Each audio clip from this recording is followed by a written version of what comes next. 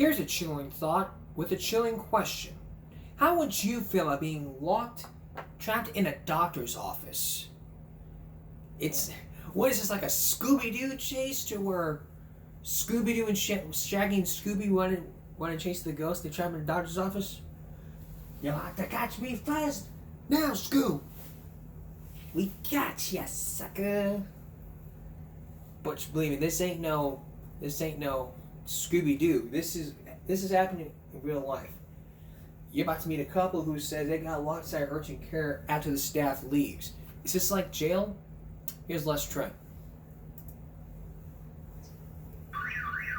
A man and his wife are locked inside an urgent care medical center and they can't get out. Have you ever been to the doctor and they leave you in the examination room for privacy and you start to wonder, did they forget about me? Austin Jennings and his wife Christina say that's what happened to them. Austin went to urgent care in Bellevue, Texas with strep throat and the flu. They set him up in the examination room and gave him a breathing treatment. They just said they'll be back to check because the doctor was going to come back and listen to my lungs again. He and Christina waited and waited and waited. We hear people actually say goodbye to other people. 5 more minutes go by and I'm like, did they forget about us? Like, there's no way they forgot about us. 45 minutes later, Austin had to go to the bathroom. I opened the door, pitch black, and the alarm of the building starts going crazy. We got left inside. What do? The lights are out, and yep, they're the only ones in the place. 911 was called. What's the location of your emergency? I'm at the Mount Bellevue Urgent Care. I was a patient here, and they left me in my room, and they left, and they locked the front door and set the alarm. I'm stuck inside the building. This is a new one for me. They say they weren't freed for another 25 minutes. The couple says urgent care called them to apologize. They also say they refunded the $50 copay and waived the charge for the medication. Well, that's made up. Has there ever been a show in 7 years where we focus on stories like this? Not exactly. Okay, this is a first for me in 7 years. 911, what's your emergency? I'm trapped in urgent care and the doctors locked me out like prison. Oh my God, what a life. It's like betting Donald Trump's money saying you're not the dad. Wow. Could there be some common sense?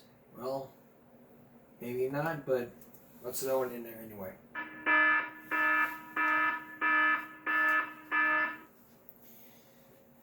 Okay. Fix my hair real quick. Where do we even begin here? First of all, what's gonna happen?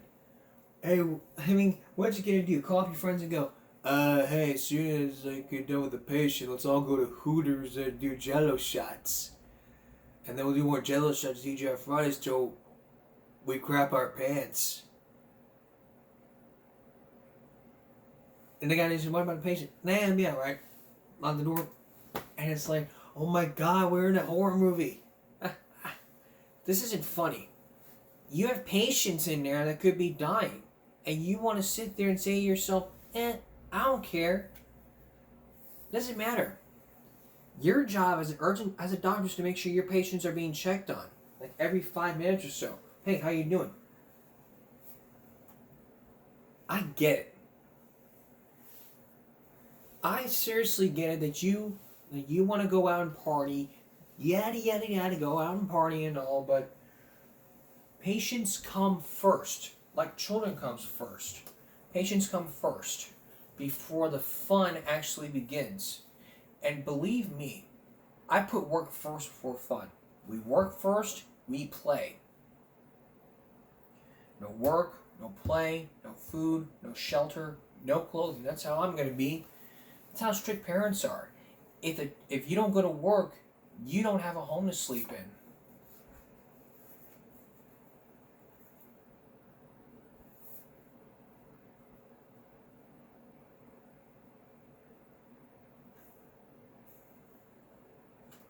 If I don't go to work, I can't pay my bills. I can't. I'm homeless. I can't pay my bills. I can't pay my mortgage, my car payments, my subscriptions. I'm terminated. I'm out in the streets. Can't pay the rent. My landlord kicks me out. I'm homeless. I mean, you got to take it one step at a time here. What's the common sense perspective for this one here? It's simple. Do not leave your patients overnight. It's urgent care. I mean, if it was at the regular hospital, the doctors would have to check up and you do the graveyard shift. Not leave you out there for like an hour or two. Well, it's a great thing they called 911 because they didn't have cell coverage here. They would have been screwed.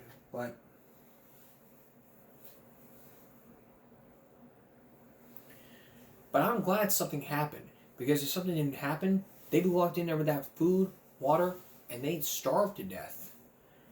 But we also have to understand where we're coming from here, to where we have to be cared for. And doctors not leaving the site without, I mean, the owner of the place, I mean, I'm glad apologies without saying, I'm sorry that happened to you, we'll give you this and that. That's a great way to go. Next time, be cautious and make sure everyone's out of the building. Just next time say, hey, come back tomorrow.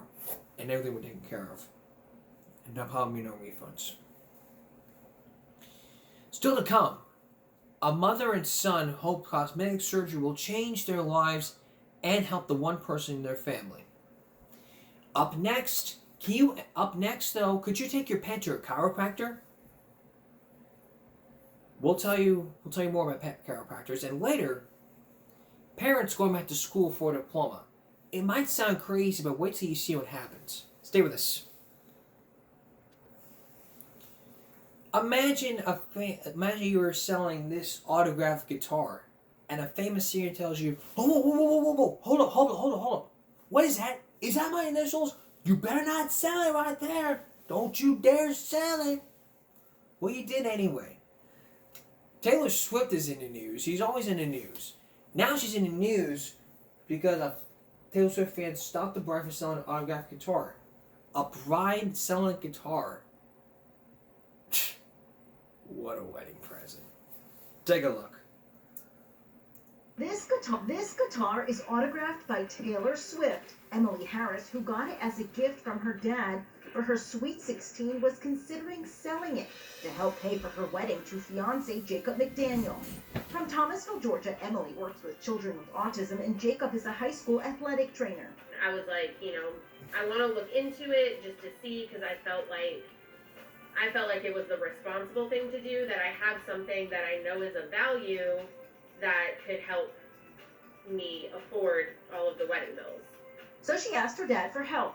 He was kind of like, really think about it. And he's like, I'll help look into it and see the best way to go about it. Dad wrote in a Taylor Swift Facebook fan group, "My daughter is considering selling her signed guitar to help pay for her wedding. Any advice, help would be greatly appreciated." Swifties were quick to say, "Don't do it." I was blown away. Hundreds of people were commenting, and they're like, "Oh my God, no, like never let her sell that. Like, you can't do that." Honestly, drop a GoFundMe for the wedding. I'd be happy to chip in a little so she gets to have the wedding she wants while not having to sacrifice such a treasure, commented one person. Start a GoFundMe instead of selling her guitar, said another. What do you make of that, Jacob?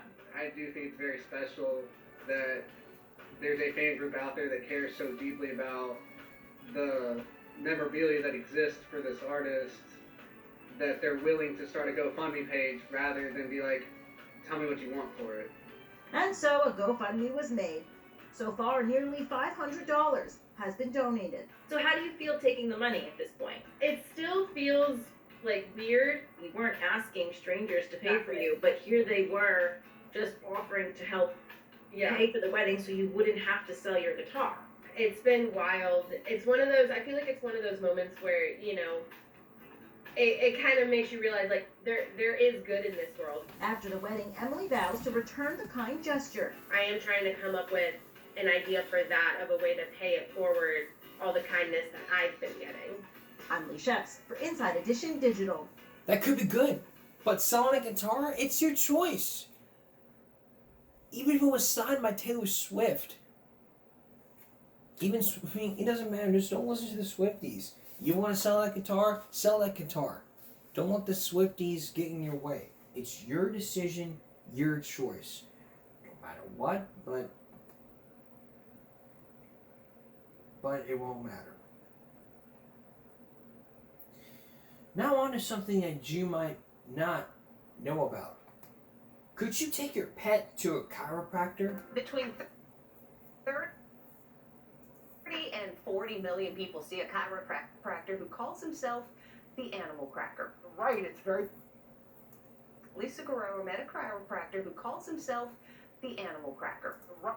Now a story about the Animal Cracker. Not the snack ones, but can you ever imagine taking your pet to a chiropractor like us humans do? If you remember last season, we focused in on pediatricians at like chiropractors that say that people think that, well, basically it's chiropractors and kids they were focusing on last season. But could you ever imagine taking your pet, your dog, your pig to the Animal Cracker, which is this person right here about to meet? Well, you're about to meet that person who calls himself the Animal Cracker, and you may realize why he's doing it. Here's Lisa Guerrero. Very tight. Today, this porker of a pig has a doctor's appointment. And get like that. But it's not with a licensed veterinarian. Doug Willen is a chiropractor. He's wondering, like, why am I digging into his sore spots? You heard right, but his unique specialty is giving animal adjustments. He even calls himself, get this, the Animal Cracker. I'm just going to rub these muscles out and see what you think of that. It's not just pigs. Is it okay if I work with Ricky? In his Manhattan Fifth Avenue suite, for $200, he'll adjust your dog. His neck gets a little stiff going up this way, so we do a little motion and then it comes all the way up. After his chiropractic session, when he goes out for a walk, he definitely walks better. And just like Christy Park's 12-year-old beloved Yorkie Poo, Rookie, she entrusts chiropractor Doug Willen with her spine too. I spent over 20 years working with people, but I've always had a love for animals. As I got older, I decided that I really wanted my life to have some meaningful purpose with my love for animals. It's funny, but I asked him, can I work with you today, Kim? And I love to ask for consent. That's kind of my thing. Okay. He says his favorite clients There, click. Did you hear that? Yeah. are the feathered and four-legged kind. Got it. How do you know if an animal needs an adjustment? Okay, there's two different ways. One is that the owner will tell me. So the owner notices there's a pain spot on their animal, or they notice that the animal's not behaving the same. For example, with cats, sometimes they stop socializing. They don't come out from behind the couch. They can realize something's wrong. The other way is once I start working with the animal, I'm looking at their cues and clues. I might see the animal wince when I touch a spot. I might see an animal growl or breathe different. Their breathing changes. They go into a breathing or a stress pattern that alerts me that I'm on a spot that's significant. And today he's making a house call to the Tamerlane Sanctuary and Preserve, a rescue farm in New Jersey. It's just like if you and I went to the chiropractor. They play with each other. They're like butting horns with each other. They're knocking each other down. They're kind of eating with their heads down a lot of the time, and they get achy. What's better, giving them an adjustment or putting them on some kind of pain medicine? Gabrielle Stubert is the farm founder. As a sanctuary, we would never do anything that wasn't completely beneficial to the animals, and we can see right after he does the adjustment how happy they are. Doug, you're not worried about his horns. Well, I'm thinking about them. He showed us how he adjusts goats, 1, 2, 3. cows, There we go. Did you hear a crack? and ducks in need of care. If I do a good job, it'll make an animal go tranquil and just sink in and relax. He says he's treated thousands of animals without any complaints. Then again, how does a goat voice its complaints? Are you ever worried that you're frightening an animal? Yeah, I mean, I think about that all the time. I'm always worried about how the animal's receiving the treatment. And what's kind of interesting we don't see it with goats, but we see it with horses. The horse will have like a stress relieving response after we work on a horse where it'll go like a lick and a chew. Dr. Doug claims he's helping animals, but one vet disagrees and states there is no science behind animal chiropractics. It should be stopped. Dr. Narda Robinson, an expert in veterinary medicine, says only licensed veterinarians are permitted to adjust animals in states like New York and New Jersey. I don't see the evidence that chiropractic on animals is safe in small animals, even for large animals. What is your response to people who say this is a form of animal abuse? People are entitled to their opinion, but they should also understand that my teachers are veterinarians. So I studied directly under the supervision of veterinarian doctors that taught me everything that I'm doing today with my work with animals. Although he acknowledges he's not a licensed veterinarian, the Animal Cracker says he's board certified through the American Veterinary Chiropractic Association. Now I have a waiting list of 6 months out of farms that can't wait till I come back. So there's a need for what I do. A little more. There, click. Did you hear that? Yep. So could you trust this guy? If your horse was in pain, maybe yeah, you can trust him. But start asking questions. If you ask questions, you'll probably get the good answers that you might get. Even then, you may not even think about. You might not thinking about horses getting diplomas. Even then, your mom and dad getting diplomas. When we come back, it's parents and diplomas, and later, a mother and son get cosmetic surgery to help out their daughter for school. Stay with us. So sorry about the 30-minute wait, folks. I had to clean up a mess back there, but all in all, it's good. Can you ever imagine being a mother? You're in the projects, and think about this case scenario. You're in the projects, and you become pregnant. You have children, and you can't compete with both motherhood and school at the same time, so you decide to drop out with a dead-end job. But what if you had a second chance in getting your diploma? You're going to school, and then as a mom, and then all the kids look at you and go, what is she doing here? And then you say the same thing. In Chicago, that's what happened years ago. Here's Leslie Stahl. But one high school, DuSable High on Chicago's South Side, one of the toughest neighborhoods in America, is trying to change those odds. It's telling parents who dropped out of high school, you're going to get a second chance. If you have a child in this school, we'll let you come back and take regular classes with the other students to get the diploma you never got. So at the age of 39, Larry Morris is back in high school as a junior, the same high school where his son Jermaine is a senior and a member of the junior ROTC. Jackie Fulton, also 39, is back as a sophomore, 1 year behind her son Gerald. Ida Garner is a senior at 39. Her 16-year-old son Quante is a sophomore. Anita Jones is a 29-year-old junior who dropped out of high school 14 years ago when she was a freshman at DuSable, and now she's back walking to the same school with her fellow student, her son, Demetrius. Why did you drop out? At the time, I was pregnant, and I wanted my child. How old were you? I was 14. 14. And pregnant. Were you married? No. No.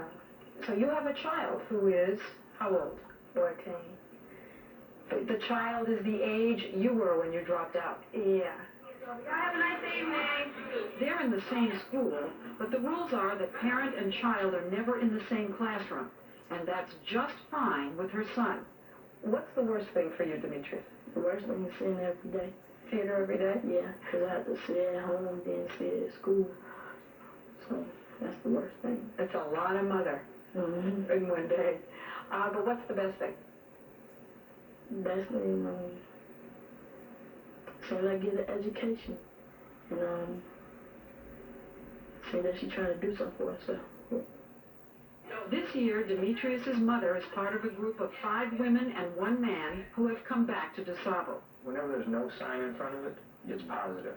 They're sitting in the same classrooms, and eating the same cafeteria food they did a generation ago. The cone is going to go inside your test tube.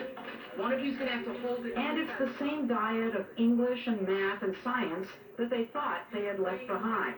So the definition would be balance? And not only that, there's the homework. Ooh. Larry Morris, who dropped out as a teenager when his girlfriend became pregnant, is doing homework every night with a little help from his son. It seems like he makes sure I'm doing my homework more so than I'm making sure he's doing his. He checks on me. The program, as far as we know the only one like it in the country, was started by this man. Who is that I see? The man who walks the halls at DuSable, Principal Charles Mingo. Now hurry up. Almost all the students and parents at this school come from the projects that are right across the street. The parents were afraid to go to night school to get their diplomas because the projects are no place to leave a child home alone at night. Mingo remembers one of the mothers coming to him to explain her dilemma. She lived in public housing. She felt that she could not be away from her children from 6 to 10. So she said, I need to do it right here. And so we thought about it. And so I said, well, I ought to put you in class with the regular kids. And she said, would you? We'll pump it out, eventually to the cell. Of course, putting these parents in class with the regular kids had a certain risk factor. After all, these parents were the dropouts of 15 or 20 years ago. Why would they be better students now than they were the first time around?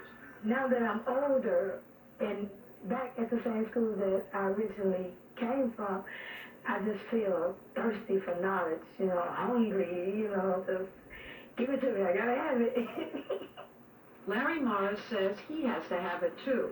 As a dropout, the best job he's been able to get is as a security guard at a parking garage for the minimum wage.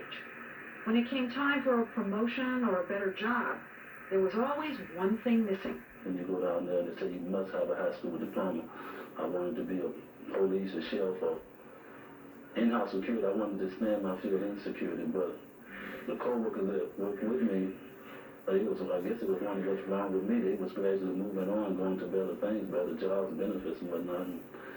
And I was stuck with a minimum wage job. So, as we said, Larry Morris is back in the same high school where his son Jermaine is a senior. When he told you he was going to go back to school, were you for it or against it? I had mixed emotions. I was kind of for it and I was kind of against it. But I was hoping for the best. Why were you for it? Well, mainly education. Education is important. And people need to finish high school if they finish nothing else. So I figured more money if they finish high school. From Dad? Mm-hmm. But what was the downside? The downside was what people would say. Different people have different attitudes about it. So I was more or less concerned about other people. Did they tease you, rip you? Well, actually they didn't. But that wasn't true for some of the other kids of the parents in school. Did anybody ever tease you about your mother being in school? Yeah. What did they say to you? They said she was dumb and that that she's not so smart and all that. Yeah. How'd that make you feel? I was hurt. Yeah. But Shirley Boyd, one of the parents who graduated last June, didn't seem to get hurt at all. Well, when I first went, the kids were saying, "What's she doing?" And I said, "What y'all think I'm doing? I'm coming to get the same thing y'all trying to get, a high school diploma." Did they make fun of you? Yes, they did. They was calling out our names, but it didn't make me no difference. Well, what did they say? Specifically? They called us, "What that damn lady doing here?" And they were just cussing the teacher out. So in the beginning, the kids did not like the idea. They showed them. It wasn't just the students. The teachers weren't all that thrilled about it. When they first heard they were going to have people their own age sitting in their classrooms. My initial thought was, why me? Diane Donaher was one of the first teachers to get the parents in her art class. What did you think was going to happen? I literally thought it might be a catastrophe. Thinking back, having children that had gone through high school, would I want my child sitting next to a grown person? And it became kind of difficult for me to understand that. And I had to work through it and see it for myself. All right, have any of you ever had a cast on your body? And what it did was it brought a new respect to the class. These young people who had possibly not shown one another the respect that they needed to show began showing these parents and fellow students more respect daily. Changed the whole chemistry. Changed the whole total chemistry of the classroom. We're gonna lift it off your face. Come on. At the age of 30 or 40, they're back in a child's world, subject to the same school rules as their teenage children. Late folks, count off. If they're late, they could end up in the lateness room with these kids. Now your mamas don't have no alarm clocks? When the bell rings, they have 4 minutes to get to the next class, which sounds easy. But try it when you're competing with 1,000 teenagers doing the same thing, and you've put on a few pounds. The good news is they don't have to take gym. Otherwise, they have to do everything the kids do. How's everybody doing? What the teachers have found, to their surprise, is that in class, the parents get right down to business. Most of them sit right up front in the teacher's face. You need paper and pencil? When she dropped out as a teenager, Jackie Fulton was a slow reader. She still is. I was getting ready to read, and I was hesitating, and dude holler out and say, she must can't read. What, a kid screamed out? Yes. She must can't read? Yes. And it hurted me, but I didn't let him know it hurted me. I had my head down because I felt tears coming down. And I told him, I said, if you was any type of person, you wouldn't criticize me, you would try to help me. Did you think, when this kid made fun of you, that I'm going to quit, I can't do this, this is not going to work? No, because this is something that I wanted to do, and this is something that I need. This is one of my dreams, to get my diploma and learn how to read. When Jackie Fulton got her report card, like all the other kids, she got her mother to sign. For Ida Garner, finishing a project for art class was the first thing she had ever completed on her own. All right, Ida, show the class the one that you did. This is my first design ever made in my life. She's so proud of it, and that's infectious with the rest of the class. Then they see this sense of self and sense of pride. Phyllis Davis is the school counselor assigned to the parents. Our parents try harder. They really do. They realize their mistakes, so they're going to try even more. In a classroom, very often that parent will bring the class to order quicker just because I'm here. But this is serious. You guys, be quiet. Like the day the teacher didn't show up for class, and Anita Jones just took over and began taking attendance. Or the role they play in keeping order in the halls. What was happening is I was going down the hall, and I saw this girl pop this boy in the hall, and not only did she hit him once, she hit him again. And over by the locker, I was thinking, oh my God, I got a fight in the hall, etc. So I rushed right up there, and I found that it was not a girl-boy fight. It was a parent who found her son, who should have been in gym, and he was out in the hall.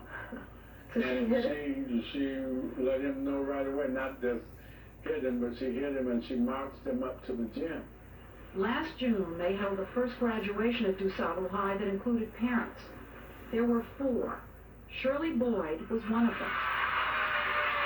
When you went up, they handed you your diploma. I cried. All I can remember was crying. And you got your diploma. And went on prom. And you what? Went on prom. You went to the prom? Yes, I did. You did. You went to the senior prom? I wanted to see how it was myself. And I seen how it was. It was nice. Did you get a better job after you got your diploma? I don't have no job right now. I'm going to college for nursing. You're going to college? Yes, I am. Harold Washington College. But you couldn't have gotten into it without your diploma. Right, I could. Right now, a lot of our parents are locked into projects by mentality. Well, because they dropped out. Well, they dropped out, but then they're going to see education as a facilitator. If I choose to stay in the project, so be it. But right now, I have a way. You know, this is going to get me out of here. You know, it's going to get me to college, maybe. It's going to show my kids that I have something going for me in my life. there's a need in all of us, that we want to be happy.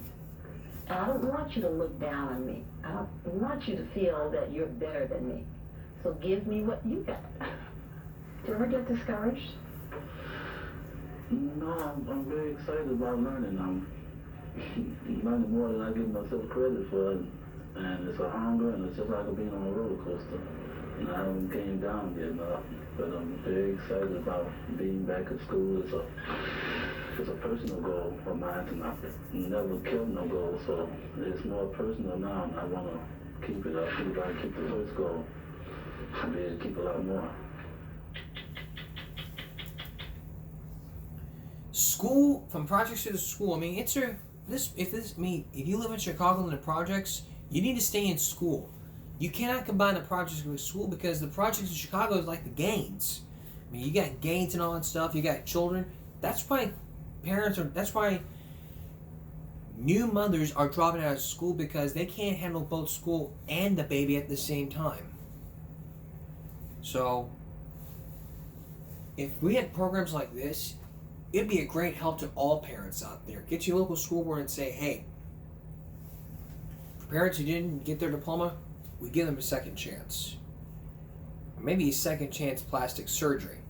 Coming up, a mother and son hope that cosmetic surgery can change their lives and help the one person in their family not in the market for a makeover. See what happens when a makeover changes the lives of a loving family. Stay with us. America loves a makeover. We all watch them on TV and wonder if a facelift or a nose job, a tummy tuck could really help. Cosmetic surgery can certainly change your looks, but the real question is, can it really change your life? You're about to meet a mother and son who could really hope cosmetic surgery can change their lives and help the one person in their family that's on the market for a makeover. A gift to themselves, a gift of themselves, for one member of the family for a high school prom. Here's Keith Morrison.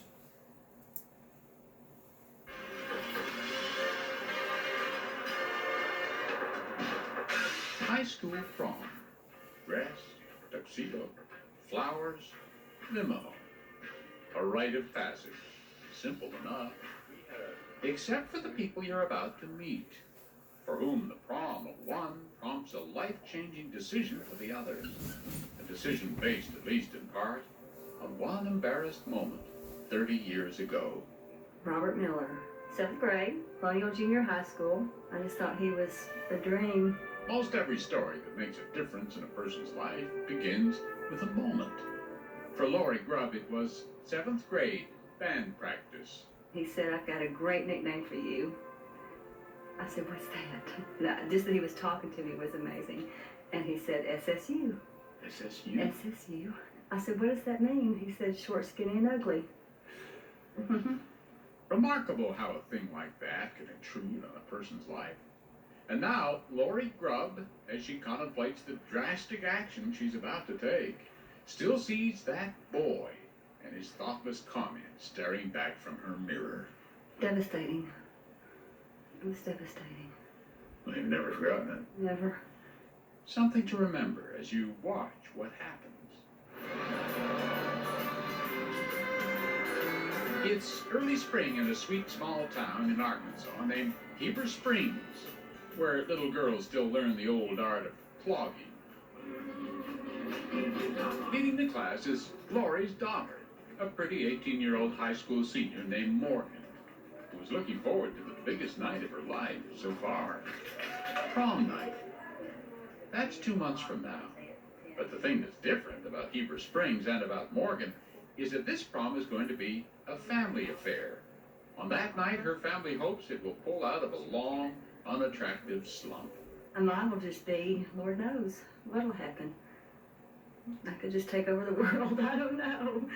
Joining Lori in this family plan will be her 23-year-old son, Adam. The anticipation, it's like Christmas and New Year's and 4th of July, my birthday all rolled into one. I mean, I probably won't be able to sleep well the night before. Mother Lori, daughter Morgan, son Adam. About as close as 3 people could be. We have to band together with what we've got, and that's the 3 of us. It always just comes down to my 2 the two loves of my life that I've got to always take care of, no matter what. Of course, Morgan has always been a pretty one, but appearances can be deceiving. As the cheerleading squad at Morgan's high school was piling up state and national championships, both she and her family struggled with a life that hasn't quite worked the way they hoped it would. Being a cheerleader, it would seem I was popular and all that stuff and superficial, but I'm not. I'm as big a loser as everybody else. So all three of you feel sort of as if you're not me. Yeah, oddballs. And yet there was such promise once.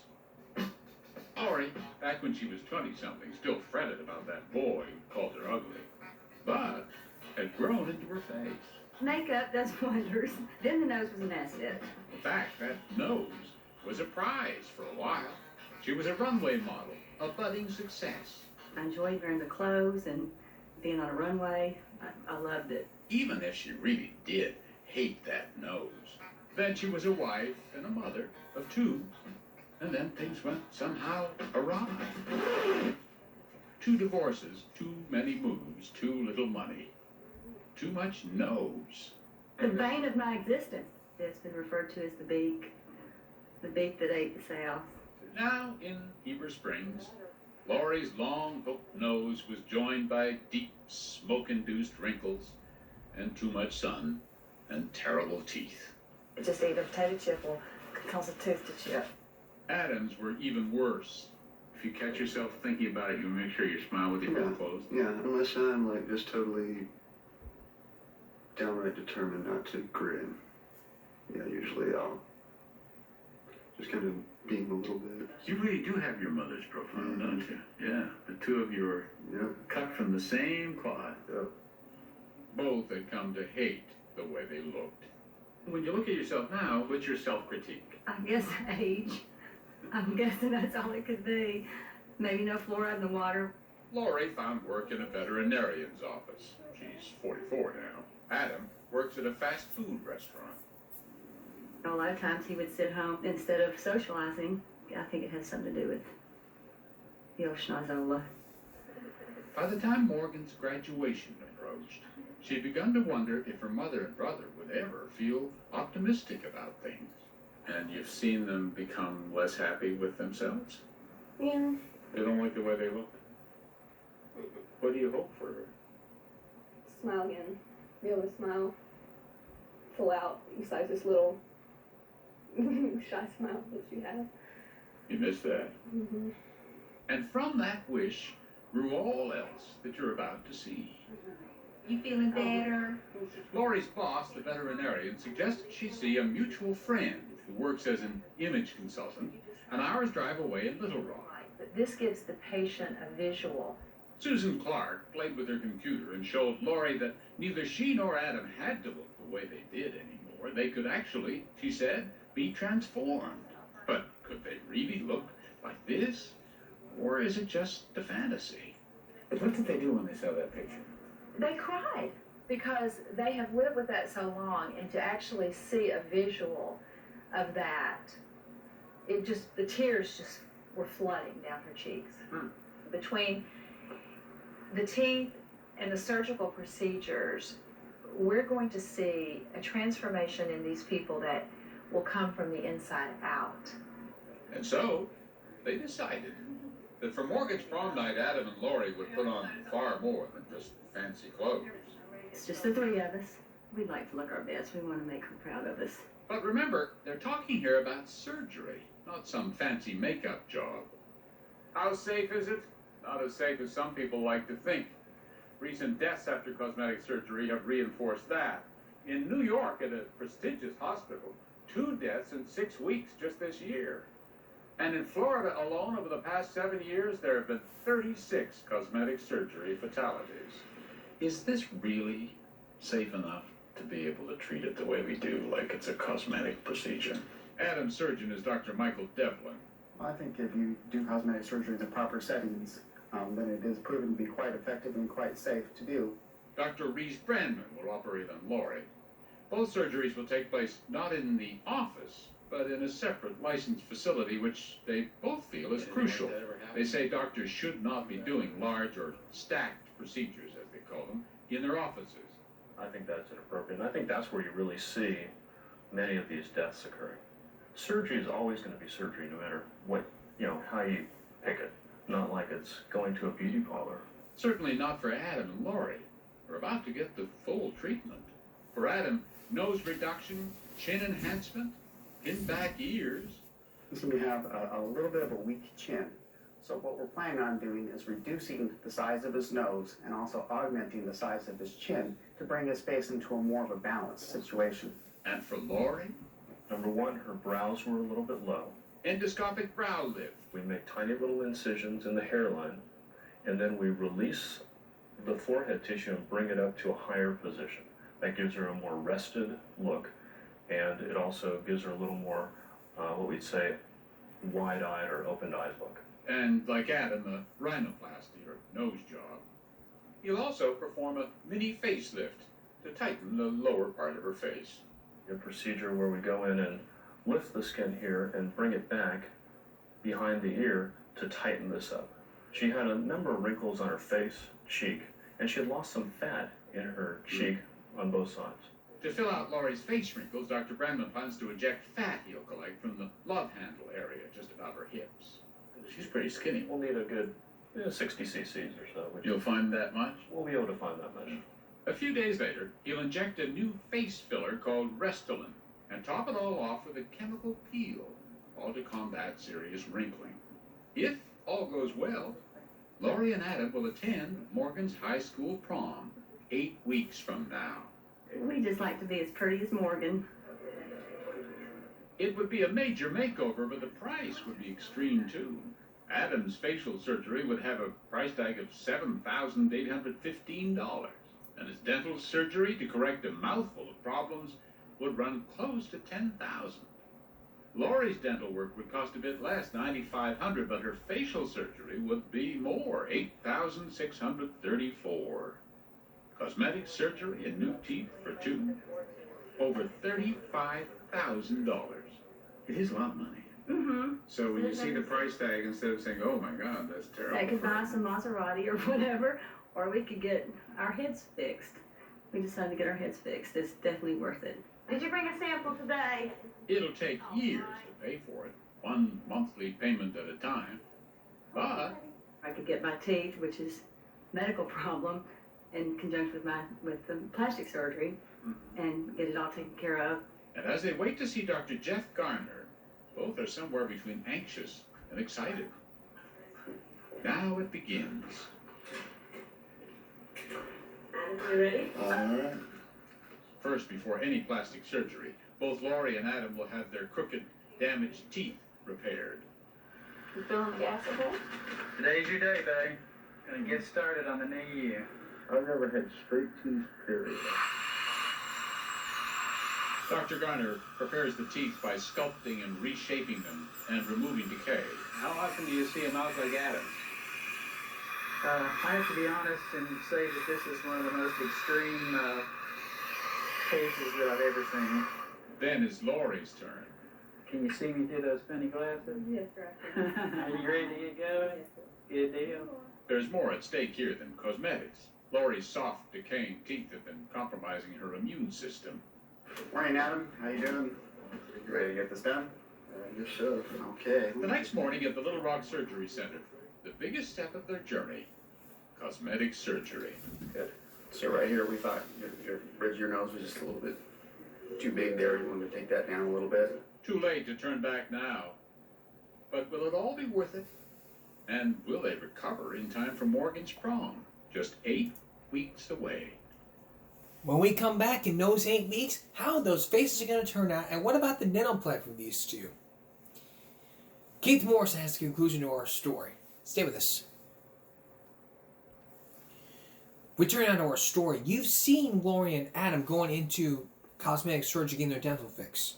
Now the real work begins with the face, with all the surgery going on. But will it be enough to impress Morgan at her high school prom? Once again, here's Keith Morrison.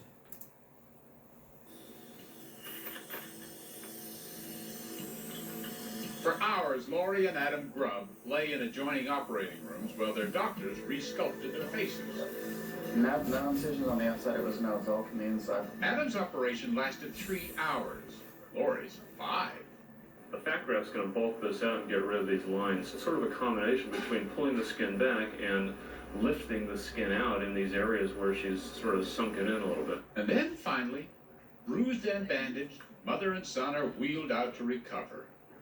And wait, to see if the result is anything like what they've been hoping for, and if they'll be healed in time for Morgan's prom, 8 weeks later.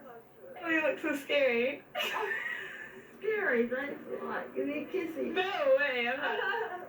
I'll touch your hand, that's it. And although she'd been warned about what would happen by Dr. Brandon, I feel like I've been in a barroom fight. And I lost. recuperation, especially for Laurie, is anything but easy. I worried that I was never going to be the same, that I had made a drastic error in judgment. That you look awful for the rest of I looked like a monster. Morgan tries to be a cheerleader. I feel sorry for him. I see him all bruised and bloody. After the operation, Laurie slips into a sharp depression. An effect, doctors tell her, of the anesthetic. My face was real swollen. There were some pretty bad days. When she tries to eat, I'd wake up even more swollen than before and thought, well, I'm going backwards instead of forwards. Yeah. So It felt like maybe you're one of those people for whom this did it's not work. going to get better. a few weeks into his recovery, Adam must return to the dentist, who has decided to remove 14 damaged and crooked teeth before he installs a brand new permanent bridge and a new smile. Still, Adam's recovery is easier, smoother than his mother's. I wasn't nearly as bad as Mom was. We just had 3 hours worth of blunt face trauma with surgical instruments. So yeah, it's gonna be a freak show around here for a little while. But gradually, the yellows and blues and reds in their faces disappear. Now, exactly 8 weeks after their surgery, it's the day before the debut they've promised at Morgan's prom. Here's the big moment after all the surgery, after all the worry. We're about to see if it's all paid off. Both of them are trying on their outfits. Oh my God. You know this guy? How you doing? Look at that. Been a while. Yes. Oh my Lord. You got this permanent smile on your face now. The change for Laurie is even more profound. Gone are the big nose, the bad teeth, the wrinkles. Wow. Back on that catwalk now, huh? And to her enormous surprise, it's even better than the computer image that started it all. The next morning, prom day, they tried to describe how they feel. Yeah, because I like to smile. I love to smile. It's like a sugar high that lasts all day. It doesn't go away. Where's the best kick that you get? The best part has been seeing him come out of his kind of shell. He smiles full face. He's never smiled like he does now. Yeah. He brightens up a room. And other people have told me that. And that makes a mom feel great. Yeah. People look at you different. I always felt people were maybe saying, that poor girl, she'd be so pretty if she didn't have such bad wrinkles, or if her teeth were fixed or pretty. And now I don't feel like people are saying that. They don't have to feel sorry for me. And she says she's getting the kind of attention she lost, she thought forever, years ago. Like if you need to get out of a parking lot into traffic, all you do is just smile and wave. Give And me they a just little let pretty you, girl thing. they let you right in. I don't really ogle myself or, things like that. And Such a guy, isn't he? Oh, he does so. Yeah. He ogles himself. I've seen I do him. not. No, I don't. He looks just a little bit longer than he used to. And Morgan, the high school senior, the girl whose prom this very night was the catalyst for all this, watches as change comes over her little family. She takes over the bathroom every morning. I've had to retreat to the downstairs bathroom. Yeah. All of a sudden she's feeling pretty. Oh, so pretty. Is she a little obnoxious about it? Sometimes.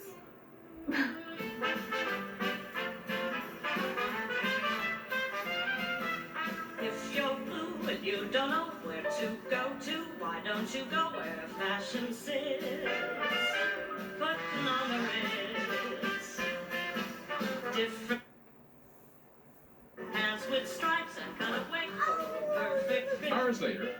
dressed up for the prom, Lori stops in at the vet's clinic, where Allison, the boss and friend who encouraged the makeover in the first place, is waiting for the first look at the result. Oh my gosh. Oh, you look so pretty. Oh, she's so special. She's so wonderful. She is. She's a special person. That evening, the students arrive in everything from trucks to limousines. Oh, Lori, I thought you were one of the seniors. You look beautiful. Thank you. Great to see you. Lori has agreed to be a chaperone. Gorgeous girl. Put me to work. I'm ready. And finally, it's Morgan's night. It is her prom, after all, even though it's the whole family having a coming out party. How was your roast dinner? That was good. Kept staring at me.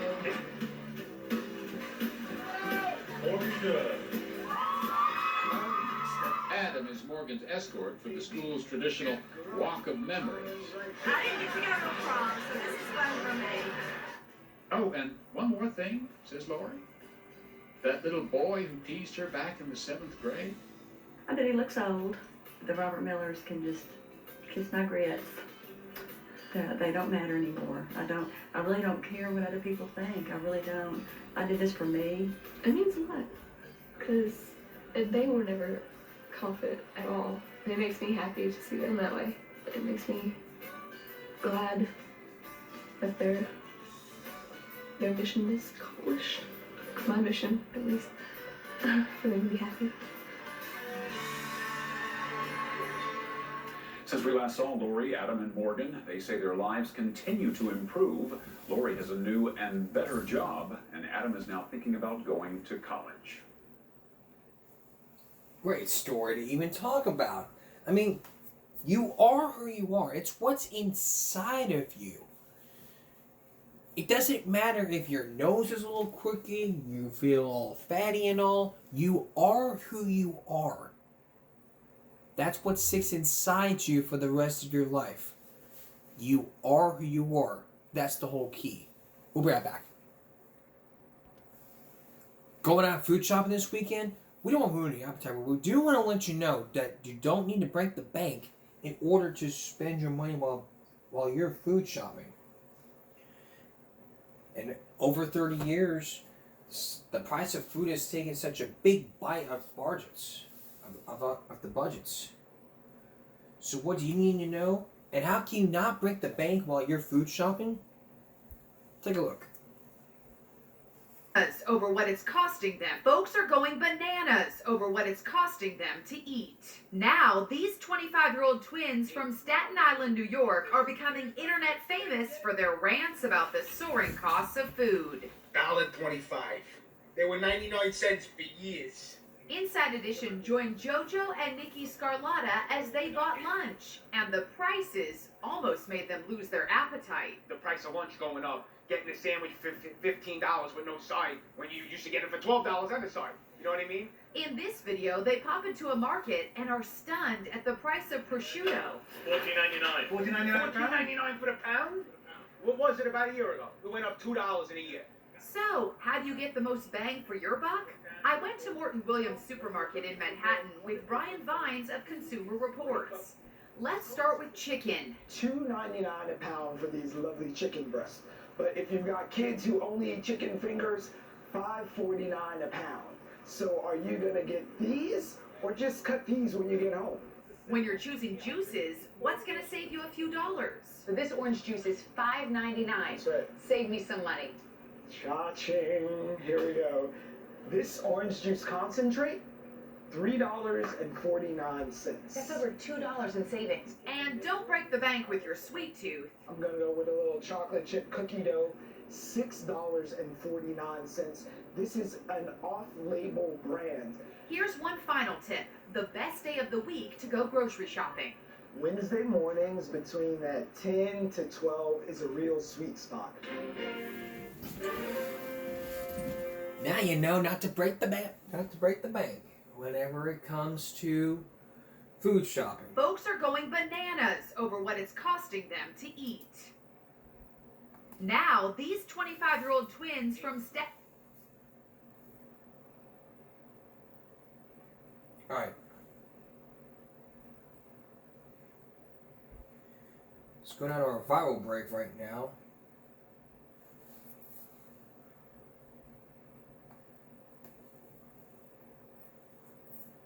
Remember we talked about Bridell?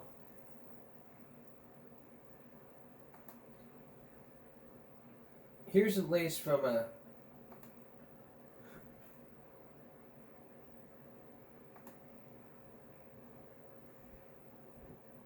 here's two. This one, I mean, think about it. You're destroying a teacher. Here are his here's three of them. Listen up, everyone. If you study hard, you'll become rich. So why are you still here?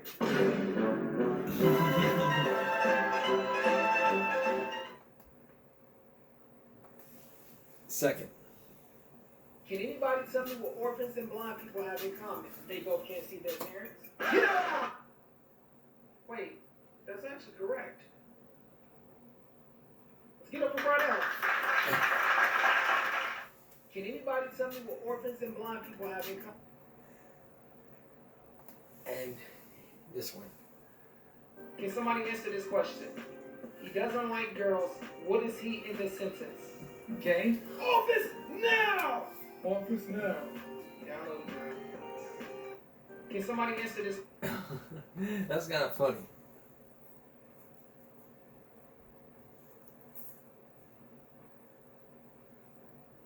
Alright, last foul break is going to be all about marking students absent. If you're only 1 minute late, can they do that? Well, let's find out. Mark you absent if you're only a minute late? 3 ways to secure the... Can teachers mark you absent if you're only a minute late? Well, well, well, look what the cat dragged did. Sorry, I was helping an old lady across the street. Likely story. The bell rang. I'm marking you absent. What? The bell literally rang a second ago. I didn't even miss anything. Mike? Number 1, there's no federal law saying that teachers can't mark students absent for being a minute late. Yeah, because you're in my house, buddy, and I make the rules. No, this is gonna ruin my perfect record. I should have left that woman on the street. Whoa, buddy, relax. Number 2, even though there's no federal law about it, there could be rules about it in your state or school policies. Yeah, right. As if the school would actually have a policy about... Oh, no. Anything interesting in there, Teach? No. Like I said, my house, my rules. Mike, what do I do if he's becoming too powerful? Number 3, if a teacher's going directly against school policy, you can tell an administrator or school board. Excuse me, I'm with the school board. I heard a teacher laughing in here maniacally. Oh. Sorry I'm late. I was having trouble crossing the street until... Hey, you're that nice young man from earlier. Shh.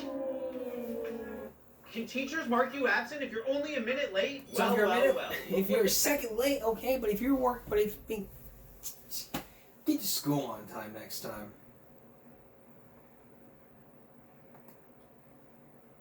If you get to school on time, you'll learn on time.